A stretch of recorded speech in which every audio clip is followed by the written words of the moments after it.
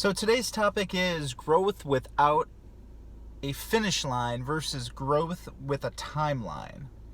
So very often when we talk about setting goals, we always put a time frame, right? We always say, well, in the next, month, I'm going to, work out X number of times, or in the next year, I'm going to make this much money.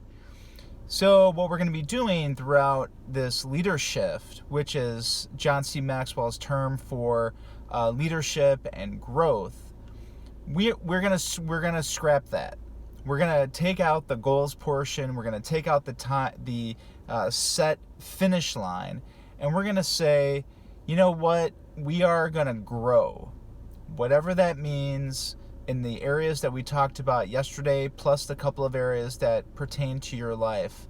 And there is going to be no finish line when it comes to personal development. Now, I'm not saying scrap every goal you have, because if you run a business, if you're a solo at a law firm, even if you're a partner at a law firm, or an associate who has some sort of requirements for, billable hours and that sort of thing, you definitely want to have those goals in mind, because you still want to have a job at the end of the day. You want to have a profitable business. But those shouldn't be sort of the ultimate things you want to do. We don't want to grow outward towards those goals. We want to grow ourselves on the inside and keep growing, and that will lead us to reaching the income goals. It'll lead us to reaching our goals as an associate in terms of billable hours. It'll help us to achieve those goals. So, and he talks about in his organization that he has a growth-oriented culture as opposed to a goal-oriented culture. And I'll just read a couple of these contrasts. So in a goal-oriented culture, you value achievement. But in the culture that we're talking about, the growth-oriented culture, we value development. A goal-oriented culture focuses on status, whereas a growth-oriented culture focuses on stretching yourself. A goal-oriented culture honors privilege, whereas a growth-oriented culture honors serving. The goal-oriented culture emphasizes the teacher. The growth-oriented culture emphasizes the student. And the goal-oriented culture's target is arrival, whereas the growth-oriented culture target is growth. So, and I think, maybe if you think about it in the context of, what you're doing year to year as an associate or as a partner, wherever you are, in a law firm environment, if your only goal is to get a certain number of billable hours, or your only goal is to reach, this number of clients, you're not focused on perhaps the most important part, which is, if you're a partner, serving the clients well so they come back and they repeat business. You're not focusing on growing yourself as an attorney, as a professional. You're not focused on growing your colleagues and your associates so you have a firm to deal with to live with when the year is over. So we don't want to have this sort of short-term thinking where we're only thinking about today and about the end of the year's money goals. We want to have a longer-term legacy, long-term growth mindset. So we're growing our firm, we're growing our client base, we're growing ourselves, we're growing our colleagues, so we can have a long-term success and not just a short-term success.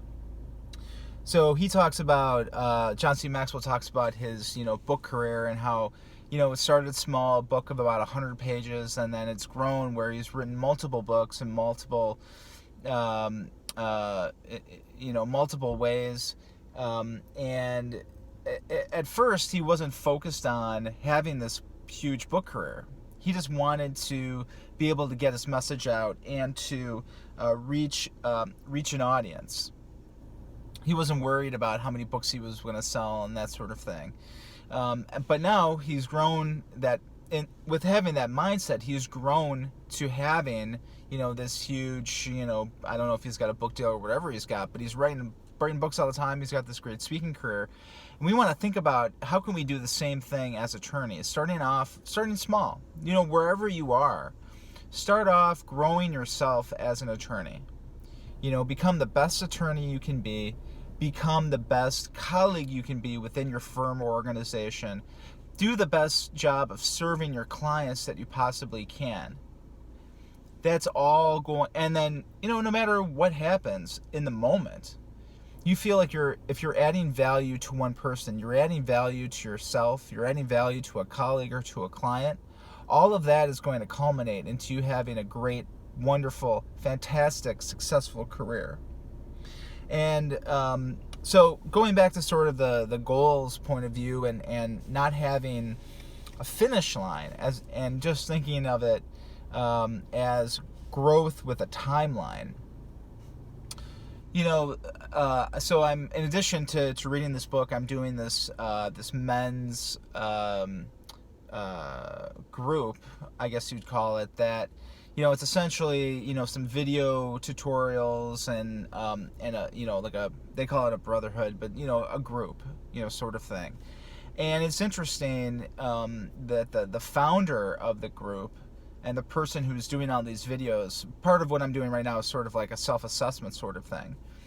And it's very interesting to hear that even after all of these years, so he's been doing this for 10 years. This is the founder of the program. He's been doing this for 10 years.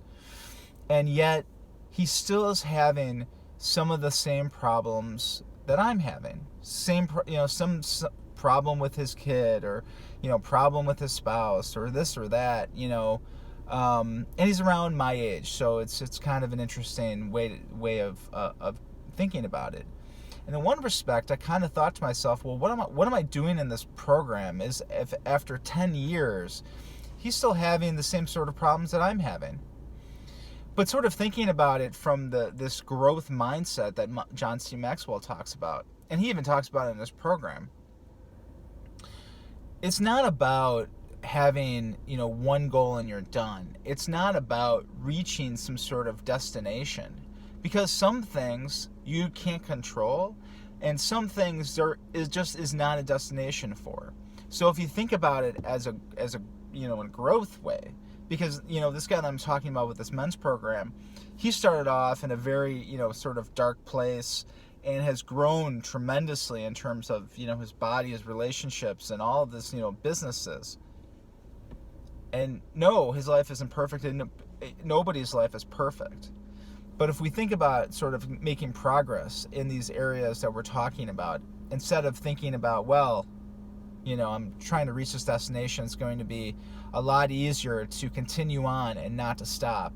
Because, sometimes if we don't make a goal quickly, it's often very hard, or it's very easy to stop. But if we think about it sort of as a growth concept, we will continue to have that momentum and continue to succeed until we get to a point where we can look back, not where we're crossing a finish line, but just so we're looking back and saying, wow, look how far I've come. So today I want you to think about sort of what your growth has been, and what you think the things that you want to grow on in the next couple of months. Are you doing the best job that you can growing yourself, growing your business, growing your colleagues, growing your family into being really successful and good people? So I'd love to hear your comments on this video. Hope you're having a great weekend. If you're listening on the podcast, I'm at Attorney DSY on all the social media platforms. If you need an attorney or need to refer a case, my phone number is 312-239-9722. Email address is dscriven-young at pecclaw.com. And remember to fight for the lifestyle that you want and become that rainmaker that you need to be.